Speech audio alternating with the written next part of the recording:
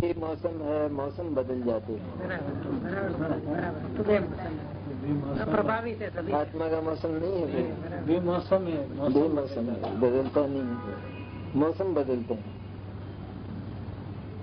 एक और सुना देता हूँ। बाहर के देवता का फंक्शन तो होता रहा, बाहर के देवता का फंक्शन तो होता रहा और ज्योतियों के काजल से मंदिर को धोता रहा। कैसे पूरी होंगी तेरे मन की तमन्नाएं, तेरे घर का देवता तो आज तक सोता रहा। सही बात है, सही बात। ठंडोल है, सोता रहा।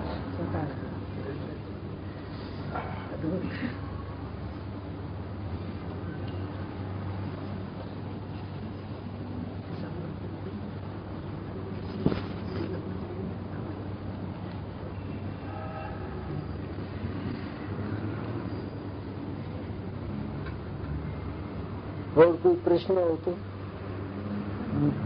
हो गया समापन आज। चलिए आपसे क्या कहें, जल्दी जल्दी पूरी कबाड़िएगा बंदे। हमारा बाबू यही भाव है कि आज जिस तरह से आपके बेटे बच्चे समान है, हम ज्यादा क्या कहें, जल्दी जल्दी आ जाइएगा। महेंद्र भाई ने जाने का टाइम तो बताया, वापस आने का टाइम नहीं बताया। बाबू जी मार्च के प्रथम सप्ताह में 2-3 दिन के लिए भी वापस आने को ये मालूम नहीं था हमको, लेकिन अभी खुशी हुई इतनी, बस वैसा ही भगवान ने हमारी सुन ली। बराबर, बस बाबू जी जैसे आपने बोला, इसलिए हमारे भी ओर से कुछ भी गलतियां हो गई है तो हम भी आपसे क्षमा चाह रहे हैं, क्योंकि आप तो गलतियां नहीं कर सकते, हमारे ओर से डेफिनेटली सब हो सकता है। तकलीफ दी है रात में। नहीं बाबूजी, ये तकलीफ नहीं है बाबूजी, ये कोई तकलीफ नहीं है। तकलीफ कहे तो अब दिए जा रहे हैं, बस अभी तकलीफ होगी, तकलीफ तो अभी होगी बाबूजी, अभी हो रही है। सही बात। तकलीफ आपने दी हो, आप सोच रहे हैं वही तकलीफ दे है हमारे लिए। कैसे तकलीफ हो सकती है बाबूजी आपकी हाजिरी में? विदाई में होती है, विदाई में होती है। आज बाबूजी कल से लगेगा जैसे शून्यावकाश, तो क्या जैसे हम 8 बजता थे चलो बाबूजी के पास। और एक प्रोजेक्ट इसमें क्या है बाबूजी, हम आपकी प्रशंसा नहीं करते, जो तत्व आता है न, वो इतना हृदयंगम रहता है न कि बस जैसे यश में डूब रहे हैं। ऐसे ही बाबूजी 25 दिन तक ये धारावाहिकता चली, 25 डेज। आज 22nd प्रवचन है बाबूजी का, 22 प्रवचन, 22nd 25 तारीख से शुरू किया था, तो आज 15 तारीख अस्खलित प्रभाव बाबूजी। और इसमें मुख्य एक प्रयोजनभूत बात, प्रयोजनभूत आना चाहिए। प्रयोग की पद्धति, હજી પણ કોઈને પણ ફોટો પટાક્ષમાં કોઈ પણ પ્રશ્ન હોય એનું મન ક્લિયર નહીં થાય, બરાબર, હજી બાબુજીને પૂછીને આપણે એનું ક્લિયર કરીએ, પછી શંકાને એવું નહીં લાગતા। बिनु संकल्पनो अर्थ नहीं। इसके स्वभाव से देखे जाए तो कोई इसमें दो बातें है ही नहीं, जरा भी नहीं है, ही नहीं। अंतर्मुख होने का एकमात्र जो प्रोसेस है, बराबर, विधि है, विधान है, हाँ, वो यही है। पर प्रकाशिक मानने में जो वृत्ति है वो बहिर्मुख होती है। बराबर, तो उसको भी हमने शक्ति माना न, बराबर, कि वास्तव में पर को जानता है, तो ज्ञान बहिर्मुख हुए बिना रहेगा नहीं और अंतर्मुख कभी अनुभूति होगी नहीं। सही बात। कोई ऐसा कहते हैं कि हम ऐसा थोड़ी मानते हैं कि पर प्रकाशक ही है, स्व प्रकाशक भी तो मानते हैं, तो स्व प्रकाशक के साथ पर प्रकाशक भी तो मानते हो ना। तो वृत्ति बाहर गए बिना कैसे रहेगी? वो तो उसको अपना कर्तव्य मानेगा, अपना धर्म माना ना उसने उसको, तो पर प्रकाशकता को, तो फिर वृत्ति बाहर गए बिना कैसे रहेगी? ये एकमात्र अंतर्मुख होने का उपाय है, एकमात्र। इसमें है ही नहीं बहिर्मुखता, कहीं भी नहीं, क्योंकि वस्तु स्वभाव में नहीं है। बराबर, यही मार्ग है। आपने बोला उसको बोलो नहीं, निराकार बोलो, इसमें कोई सवाल नहीं है। बोलो जरूर बोलो, वही जरूर बोलो, क्योंकि उससे पता लगेगा कि इस समय इस समय ज्ञान में कौन से गेय का जैसा आकार है, कौन से गेय जैसा आकार है।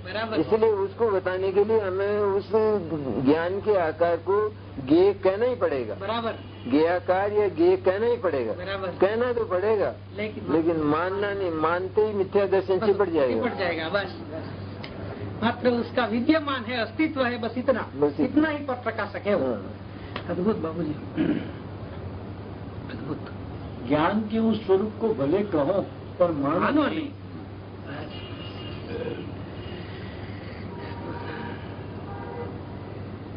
चलो जल्दी जल्दी ऐसी वापिस घड़ी आए, इसका ये हमको इंतजार है। और प्रार्थना करते हैं बाबूजी का स्वास्थ्य हर हमेशा अच्छा रहे, ताकि इतनी अद्भुत बातें, ज्ञान का अद्भुत रहस्य का उद्घाटन हमारे सामने हो रहे और हम इससे अपना निज कल्याण करें। बस यही भावना बाबूजी बातें आज। बहुत बढ़िया भावना है आपकी।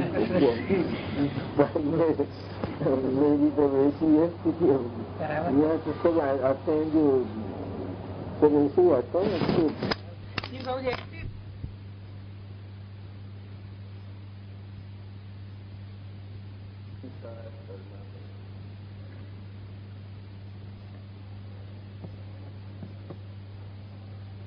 भगवान के शंकरों की वाणी का जो अनादि अनंत प्रवाह है, वो साक्षात उस वाणी का ही अंश है।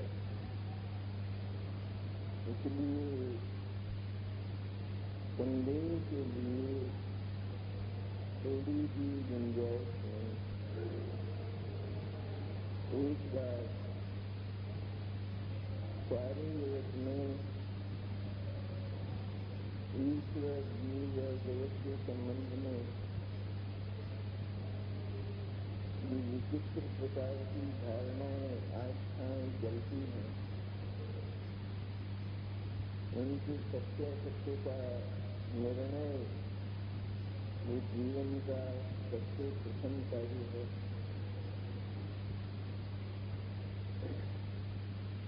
दिगंबर धर्म भी सत्य है, क्योंकि यह साक्षात भगवान तीर्थंकर और दिगंबर धर्मों की वाणी है। केवल इतना जानकर यदि हम विश्वास कर लेते हैं तो वह अंधविश्वास में जाता है। सत्य विश्वास में सत्यता तब आती है तो जब हम उसको तो युक्तियों पर देख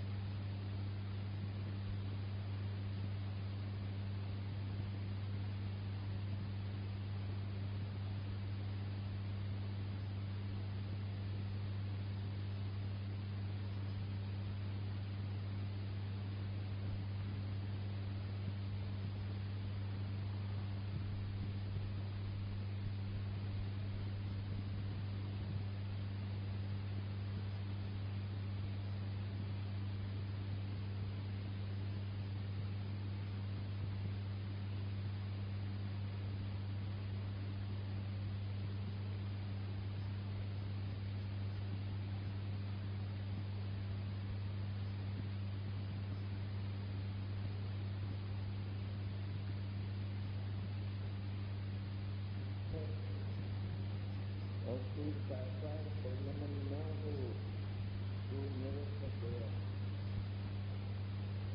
इस तरह भले ही जैन दर्शन पर सारा जगत विश्वास नहीं करता, लेकिन इसका एक अक्षर इसलिए सत्य है लोक में वीतराज सर्वज्ञ परमात्मा होते हैं, उनकी वाणी भी होती है, इसलिए वहाँ असत्य की तलाश करना अथवा कोई शंका करना ये बाली में खेल ढूंढने जैसी बात है। ऐसी युक्तिपूर्ण श्रद्धा लेकर, ज्ञान लेकर इस वाणी को सुनना, इस जीवन को निहाल करना होगा। जगत के ये आसन्न भव्य लोग हैं, आसन्न भव्य जीव हैं, जिनका भय का किनारा, जन्म और मरण का अंत जिनका निकट है, उस ज्ञानी की एक बात सुनकर भी अपने आप को निहाल कर लेता है। निहाल कर लेते हैं, मैंने इस गाथा का जो विषय है उस साक्षात अनंत बन जाते हैं। तो ऐसी वाणी हमें सुनने को मिली, वो भाग्य महाभाग्य होता है कि जिस वाणी में ऐसी निधान भरे पड़े हों कि जिनका कभी अंत नहीं होता। गाथा ऐसी है, अपने आप को संसारी अज्ञानी और दुखी मानने वाले जो जीव है और जो आत्मा के विपरीत पैदा हुई जो वृत्तियां हैं हमारे अज्ञान के कारण, अज्ञान का सिर्फ एक रूप संक्षेप में कहा गया है, केवल एक रूप। तो इसमें अपनी सत्ता को नहीं जाना, मैंने अपने आप को ही नहीं जाना। जिसने अपने आप को ही नहीं जाना, उसने अपनी सत्ता का अभाव माना। सत्ता का ही जब अभाव है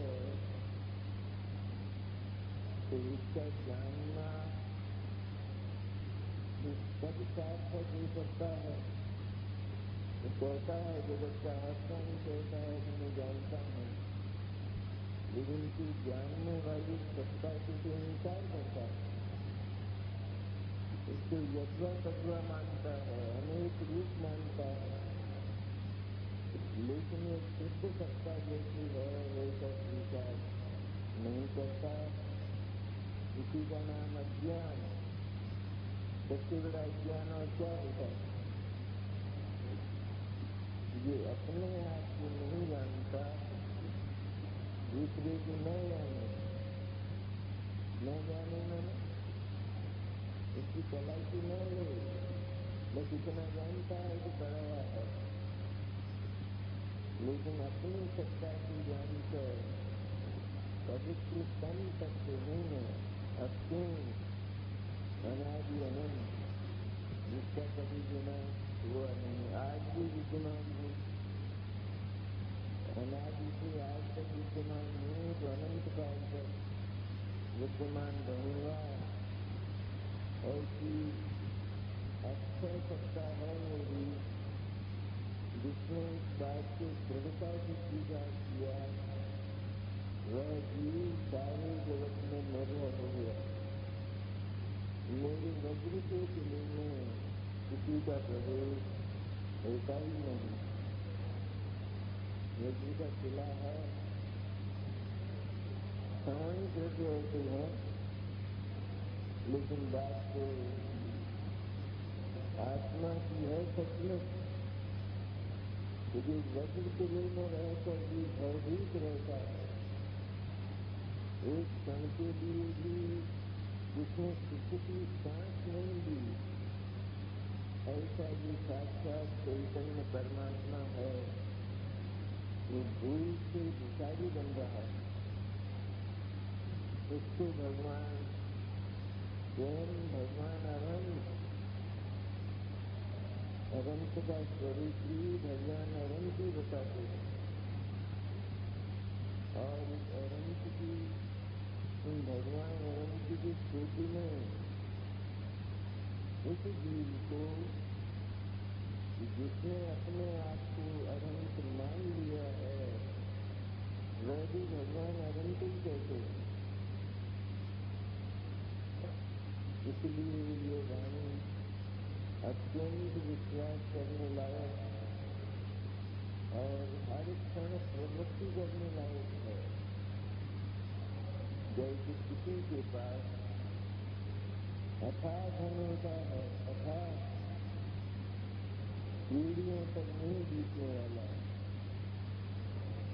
तो वह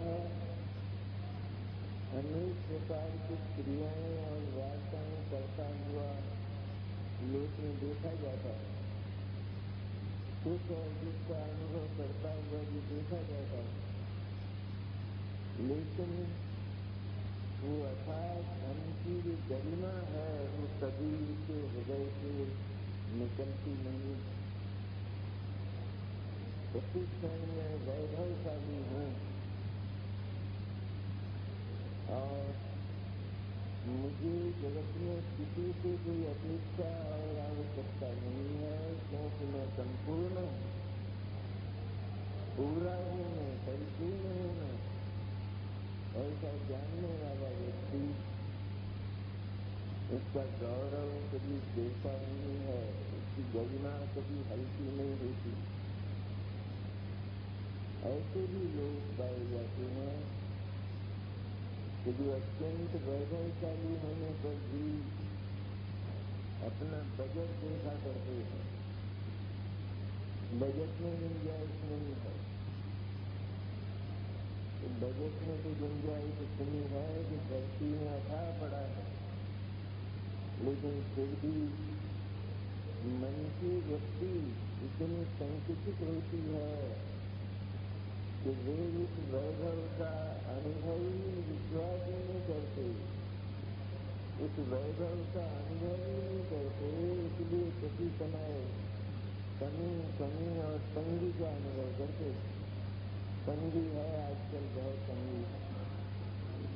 ये वर्ष बहुत खराब बीता।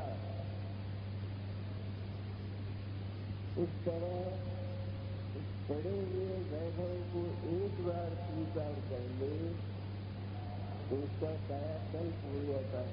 कितना समय चाहिए? मैं वैभवशाली हूँ इस बात को जानने के लिए समय कितना चाहिए? भले ही बहुत समय बीता है, लेकिन मैं वैभवशाली हूँ उसके लिए केवल एक क्षण चाहिए। और फिर होता यह है कि उसका सारा जीवन, संपूर्ण जीवन, सारा पारिवारिक जीवन आनंदमय हो जाता है, सुखमय हो जाता है, प्रसन्न हो जाता है। ऐसे व्यक्ति भी लोक में होते हैं कि जिनके पास होते हुए भी इनकार करते हैं। तुमको हमें दिखते हैं क्या? ऐसे नहीं दिखता जगत में कि जिसके पास हो वही तो दिखता है, और कौन दिखेगा? एक बड़े घर में एक बहू आई। बहू ने तो सोचा था बहुत बड़ा घर है और मैं सुखी जीवन बिताऊंगी, लेकिन उसका ससुर बहुत कंजूस था, बासी रोटियां खाते, करोड़ों होने पर भी बासी रोटियां, और कभी घर में घी नहीं है तो कभी तेल नहीं है, तो तीसरे दिन बटर नहीं है। ये स्थिति थी। तब उनके दरवाजे पर एक भिखारी मांगने आया, रोटी दे देगी। तो वो बहू कहती है, बाबा हम ही बाकी खाते हैं, तेरे को क्या देंगे? करोड़ों का धन होने पर भी व्यक्ति में ये संकोच होना, ये कोई असंभव वाक्य नहीं है, लेकिन इस व्यक्ति को बदल कर इसका नाश करके और वैभव का अनुभव करना वो जीवन है, वो जीवन का आनंद है। वहाँ पहुँचाना चाहती है गाथा हमको। थोड़ा सा इतना ही को स्वीकार करना है कि मैं वैभवशाली हूँ। जब अनादि से स्वीकार नहीं किया तो कम से कम हम युक्ति से यह तो सोच सकते हैं कि जिनवाने की शरण पाकर गुरुदेव जैसे महापुरुष का योग पाकर और ये जो एक टिकारा निदानों का टिकारा कुंज रख गए हैं हमारे लिए 2000 वर्ष से ये विरासत हमें संभला रहे हैं कि हम उसको पाकर आज भी निर्धन हैं और उस मिट्टी पर मुग्ध है कि ये मिट्टी सचमुच किसी कीमत की नहीं है, किसी काम की नहीं है। इस तरह मिट्टी पर मुग्ध होने वाला वो वैभव से अंजाम रहता है। आचार्य कहते हैं 80वीं गाथा बहुत मीठी गाथा है। मिठास आता है कभी किसी के मुंह में, गाथा को सुनते ही मिठाई खाते हैं तब तो मिठास आता है, लेकिन ये सुनते हैं कि मिठास आता है, मीठी लगती है।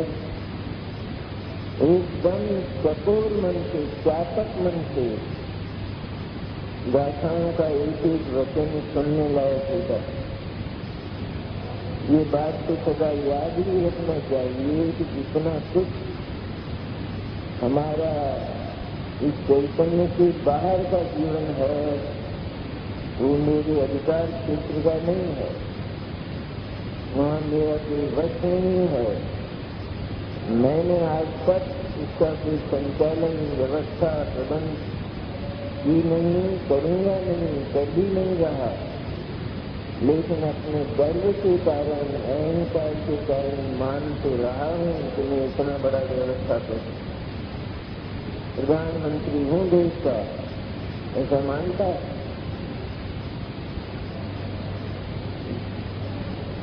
आचार्य की करुणा तो देखो,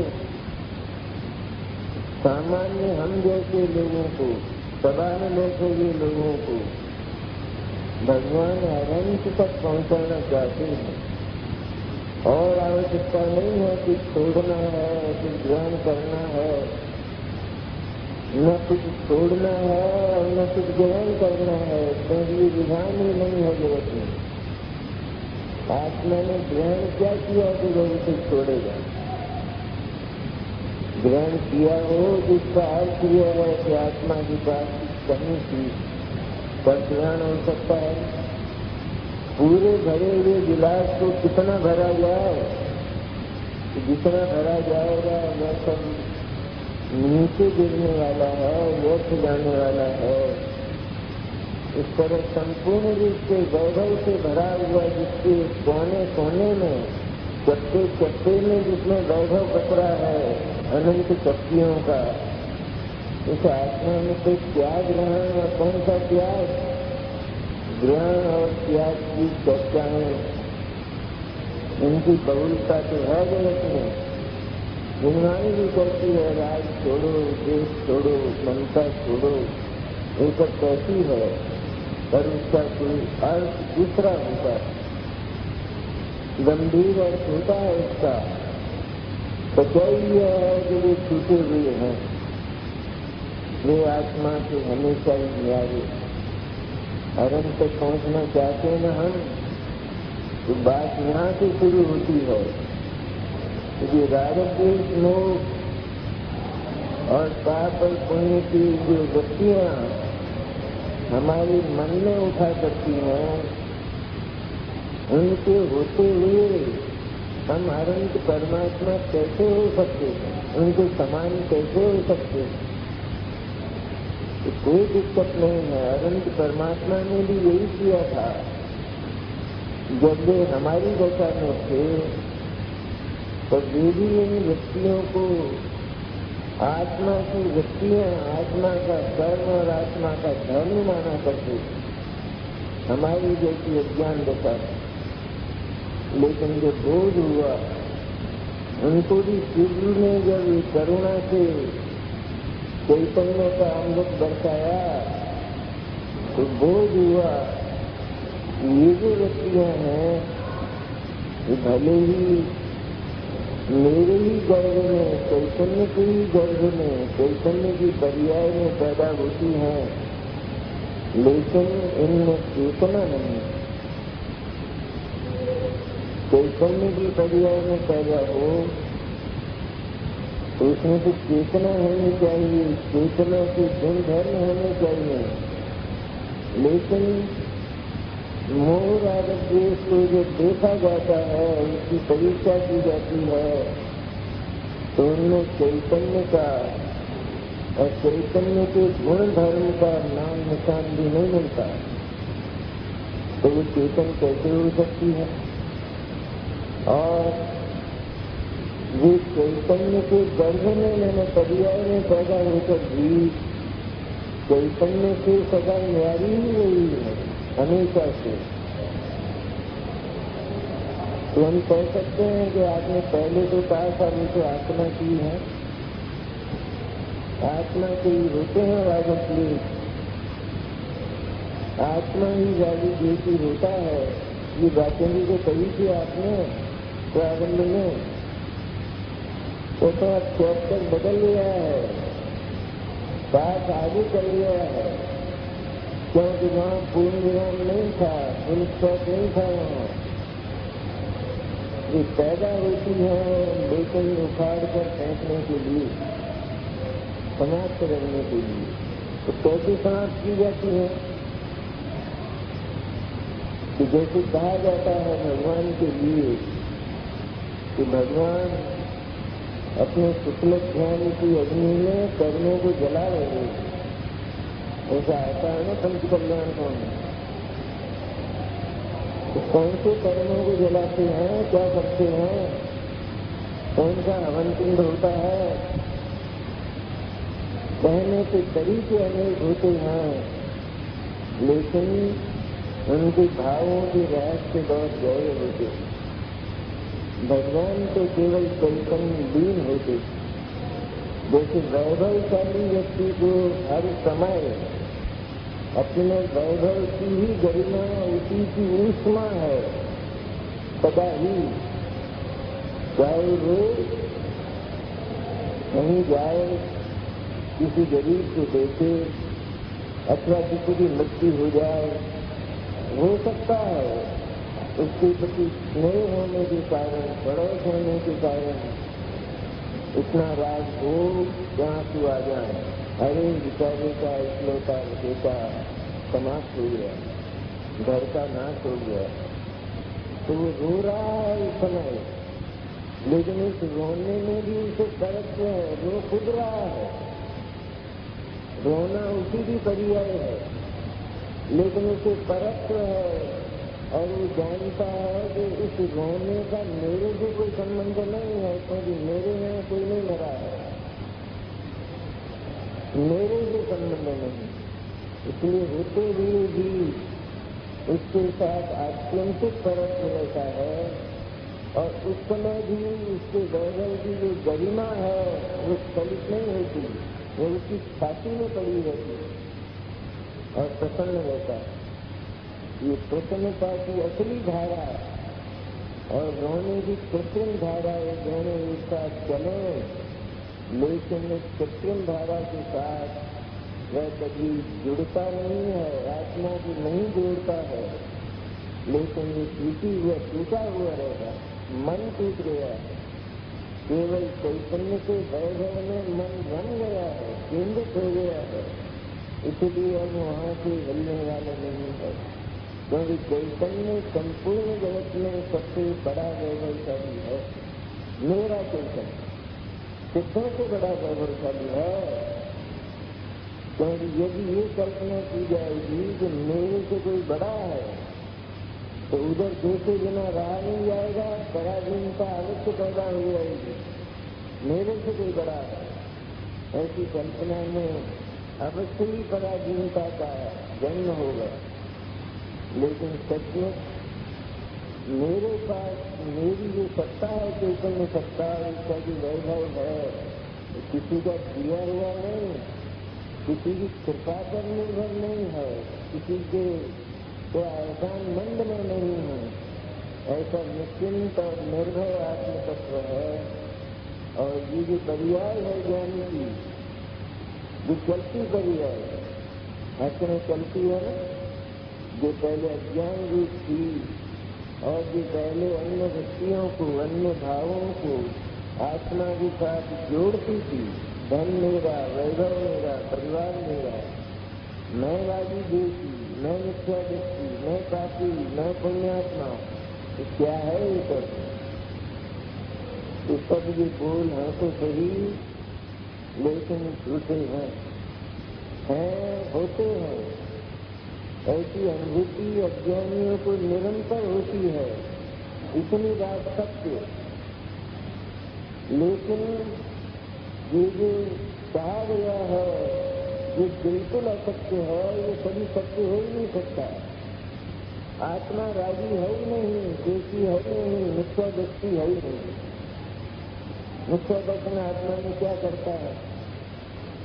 तो आत्मा को गंदा कर देता है। अगर आत्मा को गंदा कर दे, कम कर दे, दुबला कर दे, तो फिर आत्मा कैसा अनुभव में आएगा?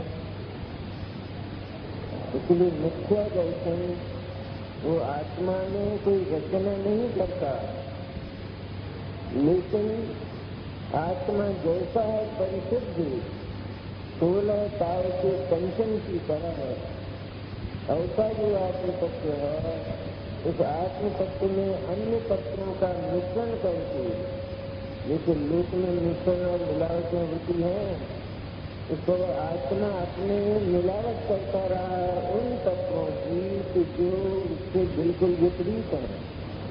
पाप और पुण्य की व्यक्तियाँ, मिथ्या दर्शन, मिथ्या ज्ञान इत्यादि व्यक्तियाँ आत्मा की विपरीत व्यक्तियाँ हैं, इसलिए वे कभी आत्मा के भीतर प्रवेश नहीं पा सकती। लेकिन कथन में और समझने में कितना फर्क रहता है। पहले जो आत्मा को जानने की कहा गया,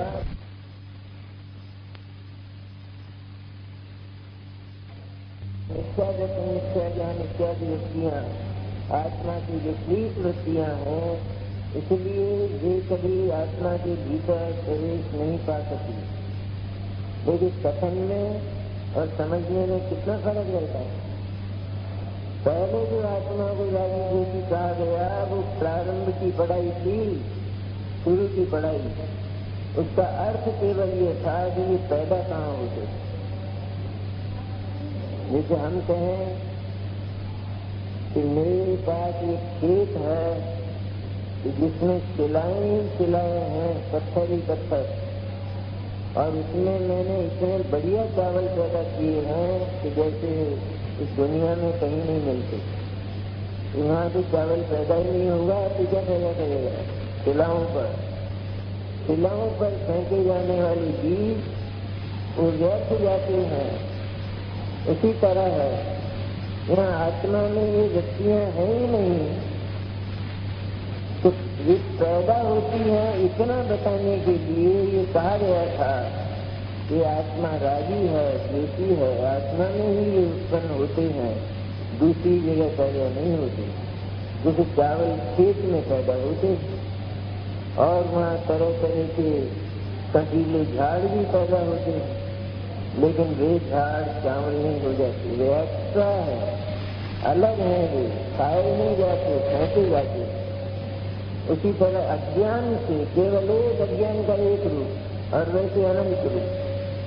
वैसे तो जो अनंत पदार्थ हैं, अनंत भाव हैं आत्मा से विपरीत, उनके साथ जो एकत्व है उनको आत्मा मानना, आत्मा को उन्मय मानना।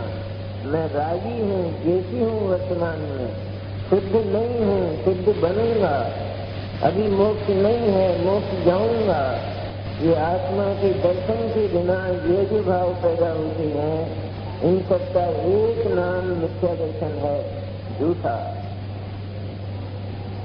ये भाव पैदा ये बताने के लिए कि राग द्वेष का जन्म कहाँ होता है, तब न उनके अभाव की बात पैदा होगी, तो फिर उनका अभाव किस तरह होगा। अगर यही पता न चले कि वे कहाँ पैदा हुए, तो फिर अभाव करने कहाँ जाएगा। जैसे अज्ञानी लोग दुष्कर्म खुद करते हैं और उन दुष्कर्मों का जो कारण है वो जगत में ढूंढा करते हैं। तो ये बात, ये जो मैंने चोरी की, तो इस चोरी में कुछ कारण दूसरा भी तो होना चाहिए ना। तो दूसरा कौन है? तो जिस समय मैं चोरी कर रहा था उस समय एक व्यक्ति अपनी छत पर खड़ा था, तो वो अपने साथ किसी को लेना चाहता है दुष्कर्मी। उसी तरह राग द्वेष के दुष्कर्म अज्ञान से आत्मा के साथ एक में माने जाते हैं, लेकिन कभी एक में होते नहीं हैं, होते ही नहीं है। इसलिए मर्म गाथा का यह है कि चाहे कितना ही विकार आत्मा ने स्वयं उत्पन्न किया हो और स्वयं ही उसमें कष्ट पाया हो, जैसे मकड़ी जाला बुनती है, अपना जाला स्वयं बुनती है और फिर उस जाले में जाकर स्वयं फंस जाती है और मर जाती है। उसी तरह ये भाव आत्मा ने किए और अनेक कष्टों का अनुभव भी किया, लेकिन सच्चाई यह है कि इन भावों में और आत्मा में कभी एकत्व होता ही नहीं, न्यारे न्यारे ही रहे। आत्मा का जो स्वरूप है वो तो ज्ञान है। इसलिए सच्चाई तो यह है कि जब ये मोह राग द्वेष के भाव पैदा होते हैं और इधर आत्मा में ज्ञान की धारा चलती है प्रति समय, जानने दो, वो तो कभी बंद नहीं हो सकती, क्योंकि ज्ञान है कि ज्ञान की पर्याय प्रति समय होती है। इस ज्ञान की पर्याय में ज्ञान से न्यारे, ज्ञान से अलग, ज्ञान से बाहर पड़े हुए ये मोह राग द्वेष उसमें दिखाई देते हैं, उनका स्वरूप उसमें जाना जाता है। असलियत तो यह है, अज्ञानी को ऐसा लगता है कि ये मोह राग द्वेष मेरे भीतर ही आ गए। जैसे एक बालक छाया से डरता है, परछाई से डरता है, तो पापा मेरे पीछे पीछे जाना कौन आ रहा है, जो ये उसी की परछाई है। उसी तरह ये विजातीय तत्वों को, मोह राग द्वेष विजातीय है, फॉरेनर है, फॉरेन मैटर है, आत्मा के साथ कभी एक में होने लायक नहीं। यहाँ तो प्रिंसिपल है, सिद्धांत है कि विपरीत भाव कभी भी एक नहीं हो सकते। आत्मा तो शुद्ध नहीं, यहाँ तो प्रिंसिपल है, सिद्धांत है कि विपरीत भाव कभी भी एक नहीं हो सकते। आत्मा तो शुद्ध चैतन्य है, अनादि अनंत है, उसका स्वरूप ही ऐसा है, नित्य है, क्षणभंगुर नहीं है, लेकिन नित्य है, ध्रुव है, संपूर्ण है और अनंत वैभव का पिटारा है, अनंत कुसुमों की वाटिका है, जिसके कुसुमों की वाटिका है, जिसके हर गुण में, हर पुष्प में सुगंध ही सुगंध है। ऐसा अद्भुत आत्म तत्व है, उसके साथ ये एक में कैसे होंगे, हो कैसे सकता है। जैसे किसी ने जो भात बनाया, मीठा भात, उस मीठे भात में शक्कर के बजाय नमक डाल दिया, तो वो एक में कैसे हो जाएगा। वो तो उसके साथ एक में होने लायक ही नहीं है, इसलिए फेंक दिया जाता है। इसी तरह राग द्वेष मोह के भाव वो आत्मा से और ज्ञान से न्यारे ही रहे।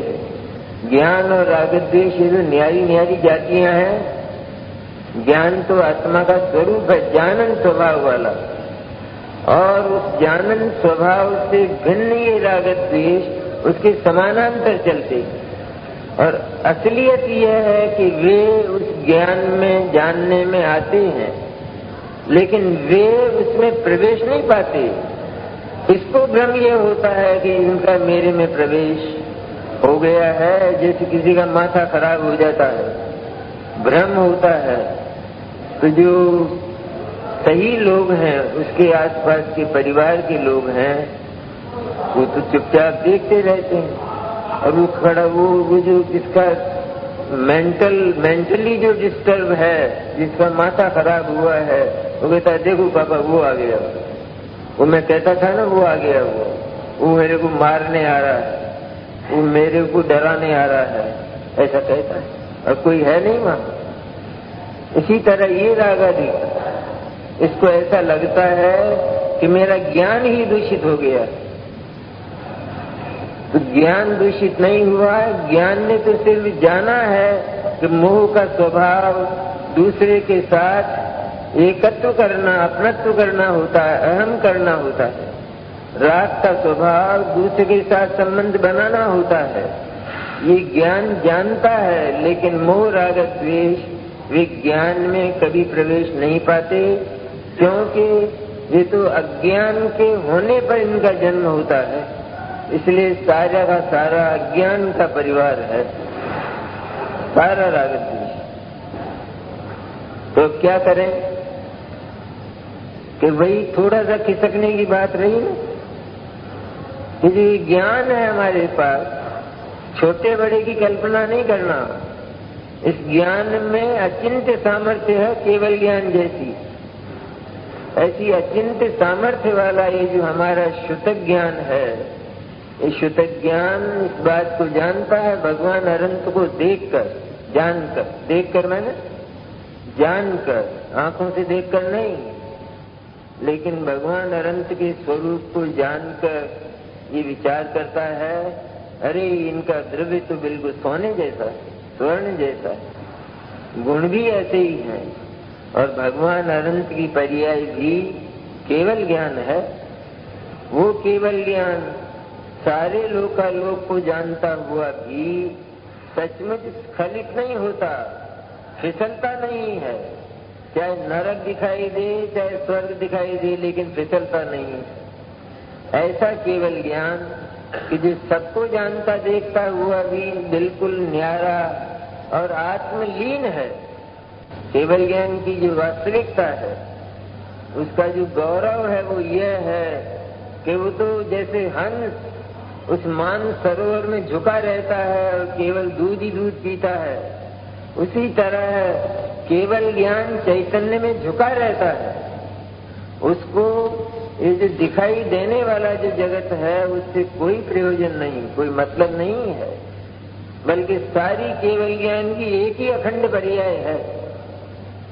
वो एक ही अखंड पर्याय चैतन्य लीन रहती है।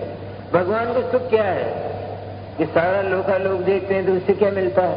उसमें उनका क्या है? उसमें तो उनका कुछ भी नहीं है, पराये हैं सारे के सारे। लेकिन केवल ज्ञान तो केवल चैतन्य में ही झुका रहता है हर समय और अमृत पिया करता है। उसी तरह ये जो मेरा ज्ञान है मेरे पास, चाहे इसे छोटा कहा जाए, लेकिन इसकी सामर्थ्य ऐसी है कि ये भी चैतन्य में ही झुक सकता है। और मैं इसको अब चैतन्य में झुकाने जा रहा हूँ, क्योंकि मैंने भगवान अनंत को जान लिया, भगवान अनंत के द्रव्य गुण और पर्याय को जान लिया है। इसलिए अब मैं उस अवस्था में रहने वाला नहीं हूँ, दरिद्री अवस्था में। अब मैं दरिद्री नहीं, अब मैं साक्षात अनंत ही हूँ। जैसे भगवान अनंत के पाप और पुण्य की जो वृत्तियां हैं वो नहीं है, उनका अभाव। और हमारे पाप और पुण्य की वृत्तियां, राग द्वेष मोह, ये विद्यमान है। तो विद्यमान होते हुए भी मर्म की बात, ये मर्म स्थल यह है इसका कि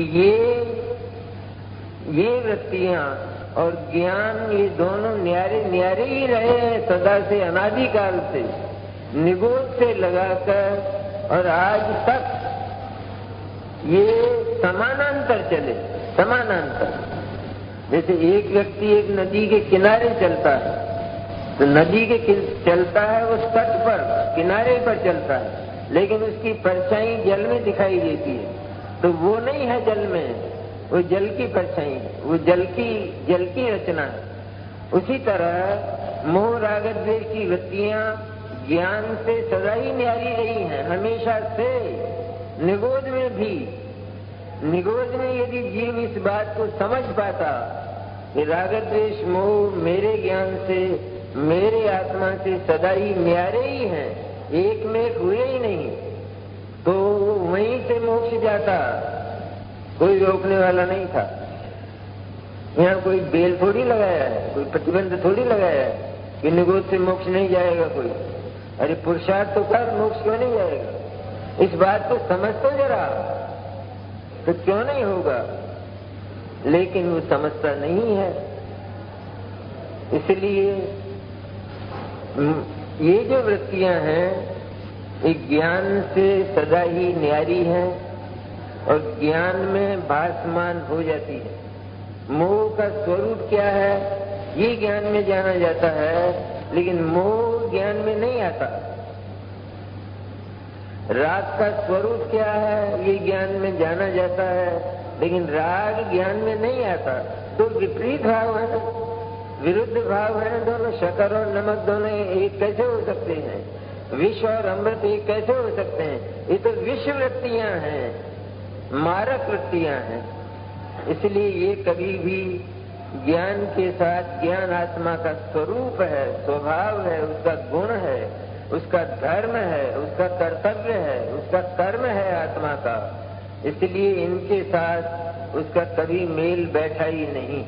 हाँ, ज्ञान में इतना जरूर हुआ कि वो अज्ञान रूप हुआ। जैसे हो गया ना, वो मेंटली खराब हो गया, उसका दिमाग खराब हो गया, तो वो अल्प जल्प बकने लगा। उसी तरह यहाँ ज्ञान का दिमाग खराब हुआ तो अल्प जल्प बकने लगा। ये बंगला मेरा, ये घर मेरा, नोटों के बंडल मेरे, राग मेरा, द्वेष मेरा, मैं अज्ञानी, मैं दुखी, ये बकता है, बकता। ये बकने की बातें हैं। तब श्री गुरु उसको शौक देते हैं, मीठा शौक देते हैं, दुख पाने का नहीं देते हैं। कहते हैं सिर्फ इतना सा खिसकना है कि ये इतना सा समझ लो कि ज्ञान में राग द्वेष मोह कभी नहीं आते। वे भले ही ज्ञान की सरिता के किनारे चलते हों, लेकिन वे कभी ज्ञान में नहीं आते। उनका स्वरूप ज्ञान में जाना जाता है, जान लिया जाता है, और यह जाना जाता है कि ये मेरे ज्ञान से न्यारी वृत्तियां हैं। तो अब दो बात हुई। एक तो जो भगवान अनंत से समानता करने वाला है, और एक भगवान अनंत। तो भगवान अनंत के तो ये पुण्य और पाप की वृत्तियां हैं ही नहीं, और इसके तो हम कहेंगे कि इसके तो हैं, कि इसके कहाँ हैं। बात केवल इतनी सी थी कि इसे ये इनकार करना था कि ये मोह राग द्वेष चाहे कहीं रहें, लोक में रहें न रहें, मेरे पास रहें तो मुझे कोई ऑब्जेक्शन नहीं, कोई ऐतराज नहीं। मेरे पास रहें, लेकिन मेरे ज्ञान के साथ ये छेड़खानी नहीं करते। अगर छेड़खानी करते तो ज्ञान का नाश हो जाता। ये ज्ञान को ही मोही बना देते, फिर कौन जानता कि ये न्यारे हैं। इसलिए भगवान के भले ही नहीं है, लेकिन मेरे पास होने पर भी ये मेरी आत्मा और मेरे ज्ञान से, मेरे ज्ञान की पर्याय से भी, ये जानने वाली जो पर्याय है, इससे भी ये न्यारे ही हैं। बस इतना मात्र जानना था, ये खिसकना, केवल इतना जानना था। यहीं बैठे बैठे जान ले तो यही अनंत है, यही मोक्ष है। कपड़े नहीं उतारे और नहीं, तुम्हें इनसे क्या मतलब है?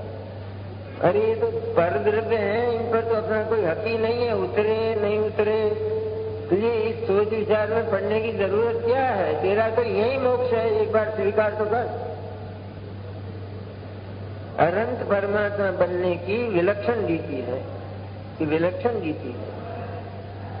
ज्ञान के साथ साथ समानांतर चलने वाली, मोह राग द्वेष की वृत्तियां वो ज्ञान नहीं है, वो आत्मा नहीं है, वो ज्ञान और आत्मा से एक्स्ट्रा चीज है। मैंने जैसे भगवान को पाप और पुण्य का मैंने अभाव हो गया, तो अगर किसी वस्तु में से कोई अभाव होता है तो अधूरी हो जाएगी। लेकिन उनका अभाव होने पर भी भगवान अनंत तो पूरे शुद्धात्मा है, तो पुण्य और पाप एक्स्ट्रा थे, पुण्य और पाप फालतू थे, वो तो विजातीय तत्व थे, इसलिए वो विजातीय तत्व थे तो निकल गए और आत्मा पूरा का पूरा रह गया, शुद्ध रह गया। आत्मा द्रव्य गुण पर्याय से शुद्ध रह गया। उसी तरह मेरा आत्मा भी, अब यूं लेना, अब किसी और की चर्चा नहीं है ये, मेरा आत्मा भी सचमुच सदा से ही इन मोह राग द्वेष की वृत्तियों से न्यारा है, इनका प्रवेश हुआ ही नहीं उसमें। कहते अनेकांत नहीं रहेगा ना, अरे अनेकांत हम मोह राग द्वेष का नाम तो ले रहे हैं, स्वीकार तो कर रहे हैं, फिर अनेकांत क्या होता है? ये नहीं स्वीकार कर रहे कि मोह राग द्वेष हुए हैं, इसी का नाम तो अनेकांत है। लेकिन इसके विपरीत आत्मा शुद्ध पड़ा है, अत्यंत न्यारा पड़ा है, इसका नाम अनेकांत है, अस्थि नास्ति का अनेकांत। लेकिन क्योंकि मोह राग द्वेष ये तो दुखद परिणाम है, आकुल व्याकुल परिणाम है और एक्स्ट्रा है। सबसे बड़ी बात ये, इनसे लड़ाई करना नहीं है, मोह से झगड़ा करना नहीं है। यहाँ तो जिनवाणी में तो तरह तरह की बातें आएंगी कि मोह से लड़ रहे हैं भगवान, और अब दर्शन मोह का नाश हुआ, चारित्र मोह का नाश हुआ, ये सब नाश हुआ। कुछ भी नहीं हुआ, कुछ करना ही नहीं है। नाश करने की बात वो तो द्वेष है। जैन दर्शन नाश करता है, अरे राग नहीं किया तो द्वेष करने लग गए, क्रोधमान माया लोभ से और मोह राग द्वेष से। द्वेष करने लायक नहीं है। ये तो जैसे जगत के पुद्गल धर्म आकाश काल हैं और वे हमसे विजातीय हैं, दूसरे हैं, उसी तरह मोह राग द्वेष में चैतन्य का नाम निशान नहीं है। जो चैतन्य तत्व है, ज्ञान और आनंद स्वरूप, अनंत शक्ति स्वरूप, उसका एक भी विटामिन इसमें नहीं है मोह राग द्वेष में। तो इनको हम चेतन कैसे कहें? ऐसा जानकर वह मोह राग द्वेष और ज्ञान इन दोनों को न्यारा न्यारा जान लेता है। मोह राग द्वेष पड़ा है वहीं पड़े हैं, लेकिन मेरे नहीं हैं, मेरे थे भी नहीं। मैंने केवल भ्रम से इनकी परछाई देखकर मान लिया था कि मैं ऐसा हो गया, ऐसा मैं पागल हो गया था। अब आज श्री गुरु ने मेरे को औषधि दी है, ज्ञान की, सम्यक ज्ञान की औषधि दी है, तो मेरा माथा साफ हो गया कि ये अगर इनका अभाव नहीं भी होता है तो मुझे चिंता नहीं। बात समझने की है, थोड़ी गहरी भी है बात। इनका अभाव होता है तो मुझे कोई झगड़ा नहीं, कोई आपत्ति नहीं। इनका अभाव नहीं होता है तो भी मुझे कोई आपत्ति नहीं। क्यों आपत्ति नहीं है? ये तो न्यारे ही रहते हैं ना मेरे से सदा दूर ही रहते हैं, मेरा कभी कुछ बिगाड़ करते ही नहीं। बताओ आत्मा का क्या हुआ? मोह राग द्वेष के होने पर आत्मा का क्या हुआ? कुछ नहीं हुआ, ज्यों का त्यों अनंत साक्षात भगवान विराजमान, कुछ भी नहीं हुआ। जब कुछ भी नहीं हुआ तो इनने क्या किया? ये तो केवल कल्पना प्रसूत, कल्पना से है, ये केवल ज्ञान जैसा हो गया। जैसे केवल ज्ञान चैतन्य में झुका रहता है, उसी तरह इनको न्यारा जानते ही ये जो ज्ञान है ये चैतन्य में केंद्रीभूत हो गया। इस चैतन्य में जा झुका और अमृत पीने लग गया। क्या अंतर रहा भगवान अनंत में और मेरे आत्मा में? जैसे ये कपड़े लगते हैं अभी तो, इनको मत देखो, ये तो राख है, मिट्टी है, इनकी क्यों शिकायत करते हो? कपड़ा क्या राख पैदा करता है कि नहीं करता है? नहीं करता है तो फिर मुनिराज को क्यों नहीं होते हैं? फिर नहीं होते हैं, हम क्या करें इसका? वो रहता ही नहीं है। मुनिराज तो न वस्त्र, हम लोग भी न तो वस्त्र पहनते हैं और न वस्त्र उतारते। कैसा इसमें अनेकांत है? क्या है कि निश्चय से नहीं पहनते, व्यवहार से पहनते हैं। कि इसके साथ निश्चय व्यवहार, अरे निश्चय नए वस्तु व्यवस्था को प्रतिपादित करता है या बनाता है? हम तो वस्तु व्यवस्था बना रहे हैं। इससे इतनी गलती अप्लाई करना ही खोटा है हमारा। अप्लाई नहीं करना जानते नए को, कि सचमुच आत्मा कपड़े पहनता नहीं, कपड़े उतारता नहीं। यह जो ज्ञान है, इस ज्ञान का नाम निश्चय नय है। वह निश्चय नय से नहीं करता है। निश्चय नय थोड़ी उसकी वस्तु व्यवस्था के अधीन है और वस्तु व्यवस्था उसके अधीन नहीं, इसलिए उतर जाते हैं। क्योंकि है ना, जब सारे विश्व में कर्ता कर्म भाव है ही नहीं जरा भी, क्योंकि परिपूर्ण है सारी चीज। कर्ता कर्म भाव वहां होता है जहां अपूर्णता होती है, तब ना होगा कोई, तब ना हम किसी से संबंध जोड़ेंगे। जब हमारे में कमी होगी तो हम किसी से संबंध जोड़ेंगे। जब कमी नहीं है तो संबंध किससे जोड़ेंगे? इसलिए कोई कमी नहीं है तो ये विचार नहीं करना। अब तो केवल भगवान अनंत का आत्मा और हमारा आत्मा, ये दो बात देखना, केवल इतना देखना रहा। तो जैसे भगवान अनंत के आत्मा के पास पुण्य और पाप नहीं है, लेकिन द्रव्य गुण और पर्याय में द्रव्य चेतन है। जो गुण है वे भी चैतन्य है, चेतन के विशेषण है, और जो पर्याय है वो केवल ज्ञान है। इसी तरह मेरा आत्मा द्रव्य और गुण से तो समान है ही, लेकिन मेरी पर्याय भी समान हो गई, क्योंकि भगवान का केवल ज्ञान भी केवल चैतन्य में झुका रहता है और मेरा ये शुद्ध ज्ञान भी चैतन्य में झुका हुआ है। जो अमृत भगवान पीते हैं वही अमृत मैं पी रहा हूँ। क्या अंतर रहा? आत्मा को देखना है, ये नहीं देखना है। भगवान के पास शरीर भी है, अनंत के पास शरीर का भाव कहाँ हुआ? तो फिर ममत्व होना चाहिए। तो ममत्व तो छोड़कर वहां तो राग भी नहीं है, जरा भी आकर्षण नहीं है। इसलिए गाथा का मर्म बहुत भारी है। निश्चय से समानता का, जो अपने आप को नीचा मानता आया, अशुद्ध और अपवित्र मानता आया, तो हमेशा अशुद्ध और अपवित्र मानने पर अपवित्र वृत्तियों का जन्म होता है। पवित्र मानने पर पवित्र वृत्तियों का जन्म होता है। अगर जैनी होकर रात को खाते हो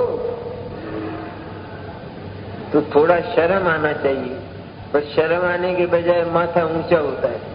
कहते हैं खाते हैं, अच्छा है, खाते हैं, हमारी सोसाइटी है, हमारी कंपनी ऐसी है। किसी को कहा जाए भाई भोजन कर लो ना, रात होने वाली है, बोले हमारी कंपनी नहीं आई अभी, कंपनी आएगी जब खाएंगे। जैन होकर ऐसी बात करता है। ये जघन्य काम हुए हैं आत्मा में, लेकिन ऐसा होने पर भी आत्मा का स्वरूप बिल्कुल प्रांजल, बिल्कुल शुद्ध, बिल्कुल परिशुद्ध रहा, उसमें अंतर नहीं आया। ऐसा जिसने देखा तो वो पुण्य और पाप की वृत्तियां होने पर भी, राग द्वेष मोह होने पर भी सचमुच उनके साथ ऐक्य का, एकता का, अपनत्व का, अहम का अनुभव नहीं करता, अहंकार ममकार नहीं करता, और केवल चैतन्य में अहंकार ममकार करता है। तो उस चैतन्य का अमृत पीता है और ये एक तरफ पड़े रहते हैं। हम पूछेंगे फिर क्या हुआ राग द्वेष मोह का? अरे कैसा व्यक्ति है तू? तेरे घर में बिच्छू निकल आया और उस बिच्छू को तू वहां छोड़ आया बाहर। अब तुझे ये विचार आता है कि देखें, जाकर तो देखें बिच्छू का क्या हुआ, कैसा विचित्र आदमी है, उसका क्या देखना है। इसी तरह राग द्वेष मोह का क्या हुआ, वो गए कि नहीं गए? अरे गए हो तो उनको अलग माना। ये जो बुद्धिगत धर्म अधर्म आकाश काल है, क्या हम इनको छोड़ते हैं? ग्रहण करके छोड़ते हैं इनको। उसी तरह राग द्वेष मोह को आत्मा ने ग्रहण ही नहीं किया, छोड़ेगा क्या?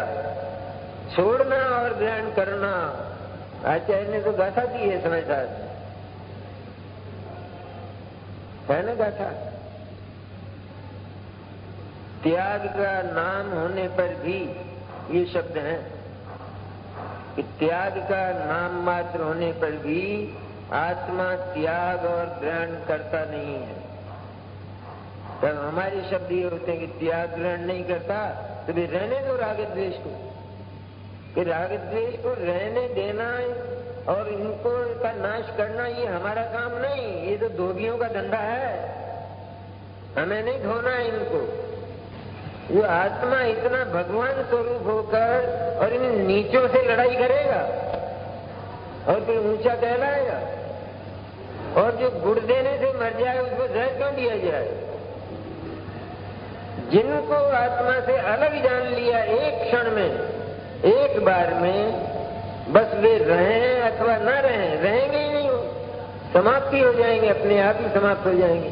इस समाप्त हो जाएंगे तो उनको ढूंढने जाएगा कि देखिए मेरा मोह कहाँ चला गया। इस तरह जिसने अलग देखा, इस अवस्था में, इस अवस्था की चर्चा करते हैं, तिर्यंच अवस्था, नारकी अवस्था, देव अवस्था, ये हमारी मनुष्य की अवस्था। इसी अवस्था में यहाँ बैठे बैठे ही केवल इतनी सी बात, इतना सा खिसकना होता है कि अरे ये तो न्यारे ही थे अनादि से, वो तो मैंने मेरे इस चैतन्य के प्रवाह में, ज्ञान के प्रवाह में ये केवल भासमान होते थे, इनका स्वरूप जानने में आता था, ठीक वैसा का वैसा जानने में आता था। तो ठीक वैसा का वैसा जानने में आता था तो मैंने उसको मोह ही समझ लिया। थी तो वो ज्ञान की पर्याय और मैंने उसको मोह समझ लिया क्योंकि वैसा का वैसा जानने में आता था। बस इतना सा भ्रम हुआ था। अब आज समझ में आया श्री गुरु की करुणा से, अरे ये तो न्यारे ही थे सदा से, अनादिकाल से, आज भी मेरे से न्यारे ही हैं। तो न्यारा समझा तो अब क्या हुआ कि बीच में जो संधि थी, उस संधि में प्रज्ञा की चोट पड़ी। राग द्वेष मोह और ज्ञान, इन दोनों, ये दोनों इस तरह एक मेघ से कल्पना में कर लिए गए थे कि इनकी संधि भाषित नहीं होती थी अज्ञान में। जिस समय ज्ञान का उदय हुआ तो इनकी संधि का पता चला और उसने प्रज्ञा की चोट मारी तो ज्ञान अलग दिखाई देने लगा, आत्मा अलग दिखाई देने लगा और मोह राग द्वेष अलग दिखाई देने लगे। बस इतना ही तो करना था। बस ये अलग दिखाई दिए। भगवान के शरीर है तो शरीर के प्रति भगवान क्या करते हैं कि देह मेरी नहीं है, बस इतना ही तो है और क्या है। या इस देह को फेंकना है, ये देह कब जाएगी, ये देह क्यों मेरे पास है, मैं तो चेतन हूँ, ये तो पुद्गल है, ये मेरे पास क्यों है, ऐसा प्रश्न भगवान अनंत को क्यों नहीं पैदा होता? कहते मेरी आत्मा से विजातीय चीजों से तुमको मतलब क्या है? वो तो लोक में रहने वाली हैं, सदा रहेंगी, वो लोक के सदस्य हैं। इसी तरह ये राग द्वेष मोह भी, इनमें चेतना का, आत्मा का नाम निशान नहीं है। जैसे पेट में एक गांठ पैदा हो गई, 5 किलो की एक गांठ, अब उस आदमी का तोल होता है तो वो 55 किलो का निकलता है। अब वो अपने आप को कितना माने, 55 किलो माने या 50 किलो माने, कितना माने? और गांठ तो पेट में ही है। कि साहब वो तो गांठ हो गई है पैदा, मेरा असली वजन तो 50 किलो है केवल। तो गांठ होते हुए भी उस गांठ को अपने शरीर से, अपने आरोग्य से न्यारा मानना, ये हो सकता है या नहीं? या गांठ बाहर निकलेगी तब मानेगा? अरे पहले मानेगा तो निकलेगी, पहले मानेगा और जानेगा तो निकालने का उपक्रम होगा। लेकिन जब मानता ही नहीं, जानता ही नहीं तो निकलेगी कैसे? उसे तो शरीर का अवयव मान लेगा कि मेरा तो वजन बढ़ गया, पहले 50 ही था अब 55 हो गया। कहते मौत आ रही है। इसी तरह रागादि आत्मा से सदैव और सर्वथा भिन्न होने पर भी अज्ञानी को ये आत्मा के साथ एकमेक दिखाई देते हैं। और जहाँ न्यारा जाना तो न्यारा जानते ही सम्यक ज्ञान की किरण फूटती है और वह पहले राग द्वेष मोह का अवलंबन लेकर अपने को रागी द्वेषी मानता था ज्ञान, अब राग द्वेष मोह से न्यारा होकर मैं तो चैतन्य का निदान रत्नों का पिटारा हूँ, ऐसा जानता हुआ आनंदमय हो जाता है। उन भगवान अनंत के आनंद में और इस आनंद में अंतर है क्या? अरे जिस आत्मा को जितना भगवान अनंत ने जाना और श्रद्धा की और ज्ञान किया, ठीक उतना ही आत्मा मेरा है। और यही इसने जाना है कि मेरा आत्मा भी इतना ही है और वो भगवान अनंत के समान ही है।